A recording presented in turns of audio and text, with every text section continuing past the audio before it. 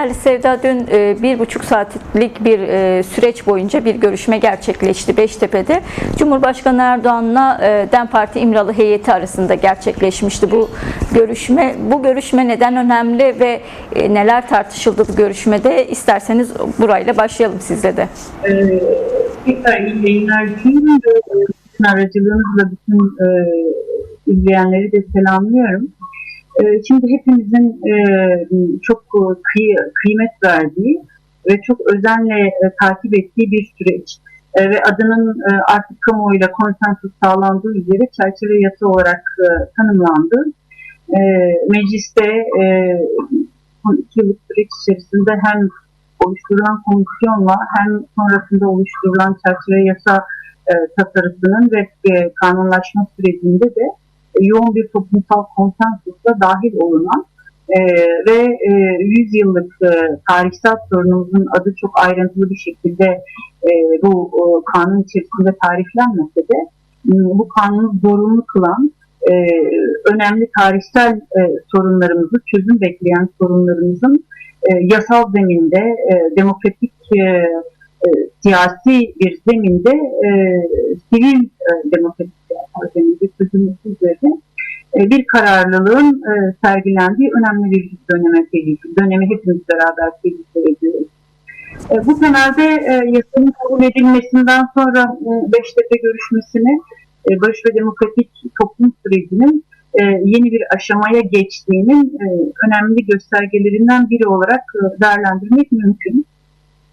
Zira çerçeve yasanın meclisten geçmesinin ardından sürecin bundan sonraki aşamasının nasıl uygulanacağına ilişkin siyasi iradenin en üst düzeyde alınması bakımından görüşmenin özellikle bundan sonraki sürecin güvenlik mekanizmalarıyla, güvenlik anlayışının ötesinde sivil ve bürokratik bir anlayışla sivil siyaset ve sistemsel argümanlar aracılığıyla çözülmesinin zorunluluğunun tarifi yapılırken ilk etapta Cumhurbaşkanlığı düzeyinde yapılan görüşme çok önemli.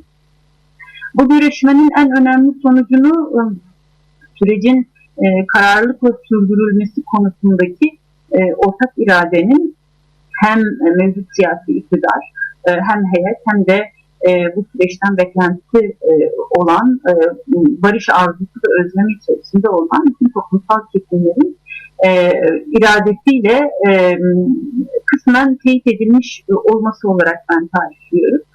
Ancak artık sadece siyasi iradenin bunu ifade etmiş olması da yetmiyor. Hani bunu belirterek bunu söylemiş olayım. Çünkü bu iradenin de somut, hukuki ve demokratik adımlara dönüşmesi gerekliliği üzerinden bir belirlemeyi yaparak da bu görüşmeyi değerlendirmek lazım. Çünkü bir yasanın kabul edilmesi önemli bir eşiktir.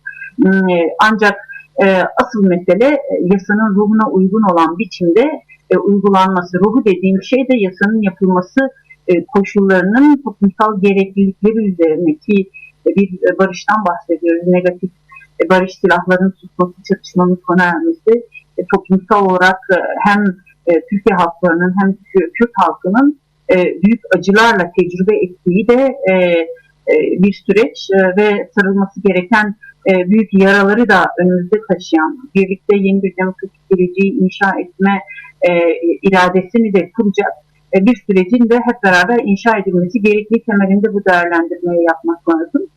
Biz DEM Parti olarak başından beri bu sürecin yalnızca silahların bırakılması ekseninde değil, çatışmalı dönemin sona erdirilerek demokratik siyaseti, hukuku, özgürlükleri ve toplumsal barışı da güçlendirecek bir dönüşüm olarak ele alınması gerektiğini söylüyoruz ki görüşmenin anlamını da bu çerçevede görüyoruz.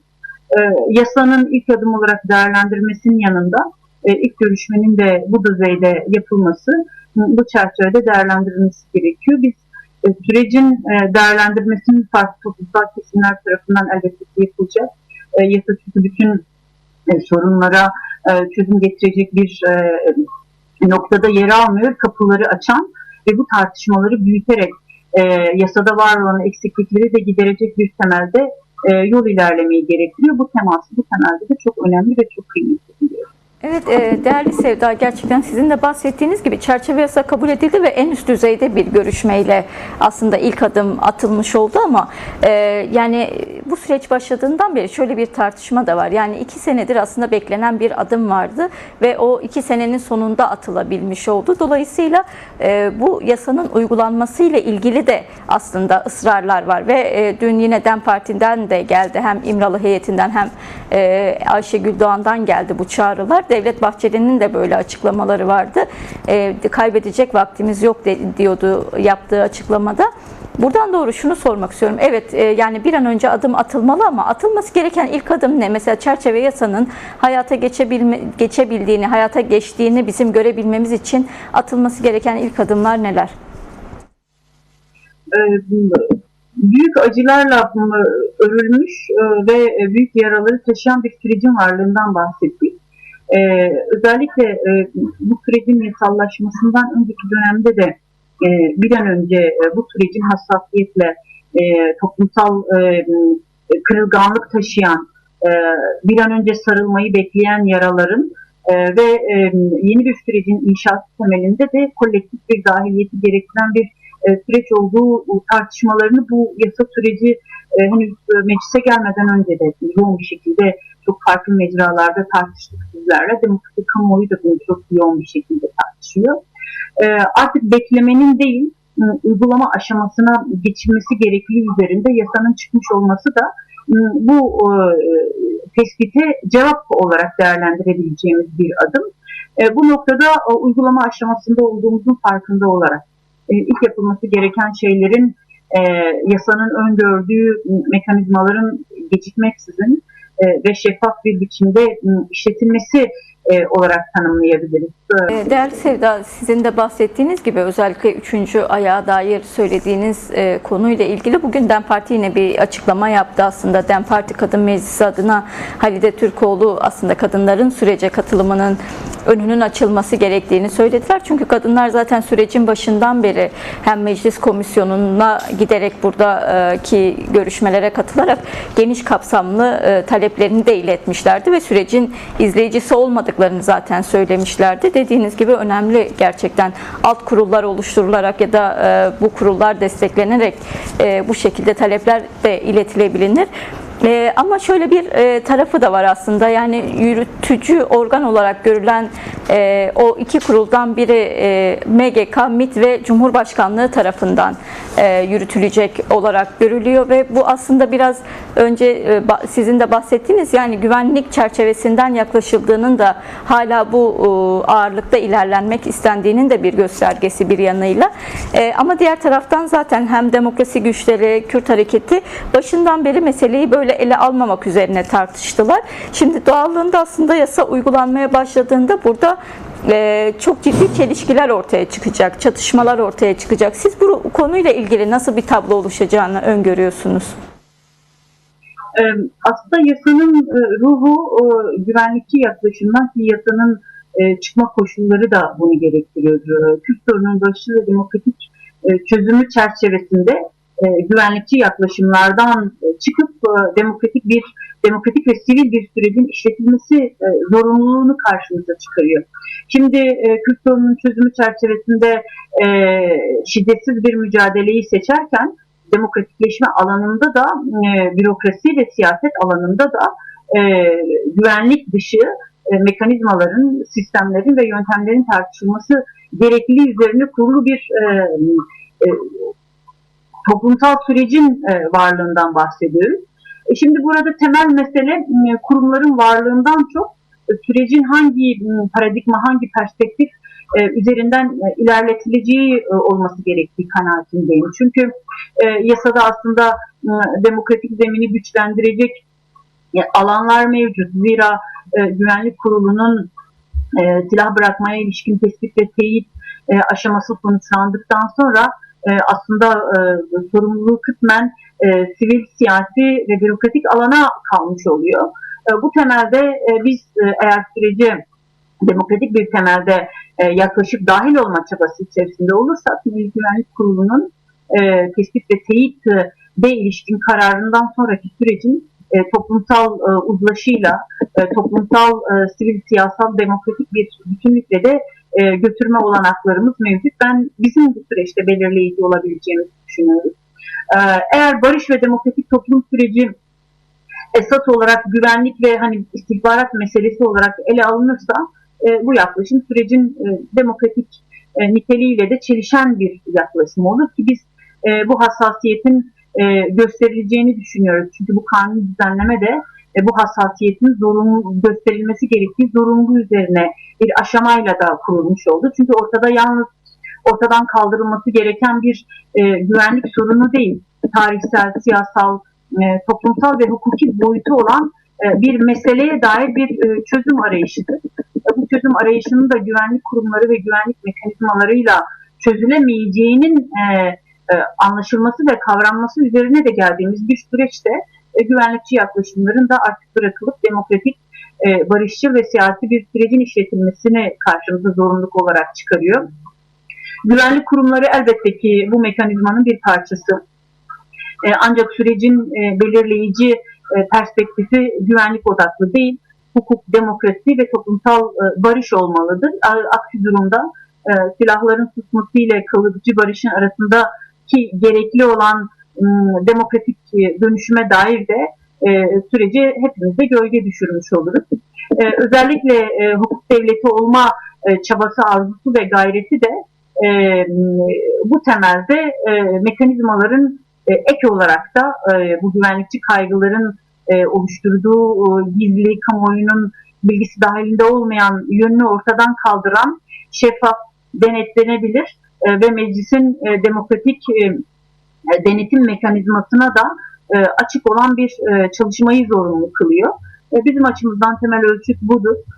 Süreci güvenlik kurumları değil, demokratik siyaset ve hukuk devleti paradigması ve perspektifi belirleyecek. Biz bu temelde kadınların katılımını da önemsiyoruz. Sivil toplum alanının katılımını da önemsiyoruz. Çünkü güvenlikçi yaklaşım güçlendiğinde siyasi katılım dolayısıyla daralacaktır. Toplumsal aktörlerin sürece güveni zedelenecektir. Ve geçmişte yaşanan çatışma dinamiklerinden biçimlerinin farklı bir şekilde siyasi alanda yeniden üretilmesi sorununu da konuşuyor olabiliriz. Bu temelde Milli Güvenlik Kurulu'nun tespit teyit aşamasından sonraki pozisyonunun bu sürecin ikincil ve bu sürecin güvenliğini sağlayacak temelde bir pozisyonda ele alınması gerektiğini ve sürecin o aşamadan sonraki kısmının da sivil demokratik bileşenle, dahiliyetle, katılımla ve bu hassasiyetle de ele alınması gerektiğini düşünüyorum. Evet, değerli Sevda, aslında son olarak da kısaca şunu da sormak istiyorum. Dün hem DEM Parti sözcüsü Ayşe Güldoğan'ın hem de İmralı heyetinin açıklamasında ortak bir nokta vardı. Sürecin enfekte edilmesi ihtimaline karşı uyarıda bulundular. Şimdi bu noktayı da sormak istiyorum. Neden böyle bir uyarıda bulunma ihtiyacı hissettiler? Şimdi çok önemli ve hassas bir süreçten geçiyoruz. Toplum olarak yaralarımızı sarmaktan bahsediyoruz. Barış süreçleri yalnızca büyük siyasi kararlarla alınmaz. Süreç boyunca atılan küçük ve büyük adımların birbiriyle uyumuyla da ilgilidir. Bir taraftan barış ve demokratik toplum perspektifinden söz edeceğiz. Diğer taraftan güvenlikçi uygulamalardan, hukuksuzlukların veya siyasi gerilimlerin devam etmesi olasılığını konuşacağız derken bu yaklaşımların özellikle bu sürece dair toplumsal güvenin önemini ve dahiliyeti önemsediğimiz bir noktada da bu yasanın ve sürecin işletilmesinin toplumsal karşılığını zayıflatacağı endişesi üzerine bir değerlendirmedir bu. Enfekte olmaması derken kastımızın tam olarak bu olduğunu, süreci kendi hedeflerinden uzaklaştıracak, güveni zedeleyecek veya yeniden çatışmalı siyasetin dilini güçlendirecek, barış duygusunu ve çünkü uzun bir yoldan bahsediyoruz. Yani barış süreçleri uzun soluklu süreçler olacak. Eğer bu süreci örerken güven odaklı, dayanışma odaklı, dahiliyet odaklı sağlam bir temel doğrudur, ilk adımdır. Ancak yeni bir yapıyı inşa ederken ilk adımlar temellerdir. Sağlam temeller üzerine kurmamız gerekiyor. Bu temelde de sürecin kendi hedefinden uzaklaştıracak, güven zedeleyecek veya yeniden siyasetin, çatışmalı siyasetin, kavgacı siyasetin dilini güçlendirecek uygulamalardan, sözden, dilden ve yaklaşımlardan da kaçınmak gerekiyor. Bir de barışa dair madem konsensus var, ilk adımlar gerektiği zamanda da atılmalıdır. Hukuki güvenceler geciktirilmemelidir. Siyasi alan genişletilmelidir ve bunun işaretleri de bu konuda yasal düzenleme yapılmışken de demokratik katılımı da güçlendirecek bir şekilde de atılmalıdır. Önceliğimiz elbette ki toplumun farklı kesimlerinin kaygılarını giderecek şekilde şeffaf mekanizmalar oluşturulmasıdır. Zira barış karşıtı yaklaşımlar her halükarda olacak. Barışı istemeyen, çatışmalı süreçten beslenen bir anlayışın her halükarda dünyanın her döneminde farklı temellerde var olduğunu, coğrafyamızın gerçekliğini, politik gerçekliğini de değerlendirdiğimizde buna izin vermeksizin kendi barışımızı inşa edebilecek güce ve potansiyele de sahipken de bu hassasiyet üzerinden de sürece yaklaşmak gerektiğini düşünüyoruz. Dolayısıyla bizim çağrımız ne? Süreç hızlanmalı ama sadece katılım açısından değil, demokratikleşme ve hukuk açısından da hızlandırılmalı. Barışın kalıcılaşması için de siyasi iradenin somut, hukuki güvenceleri de dönüşmesi gerekiyor elbette.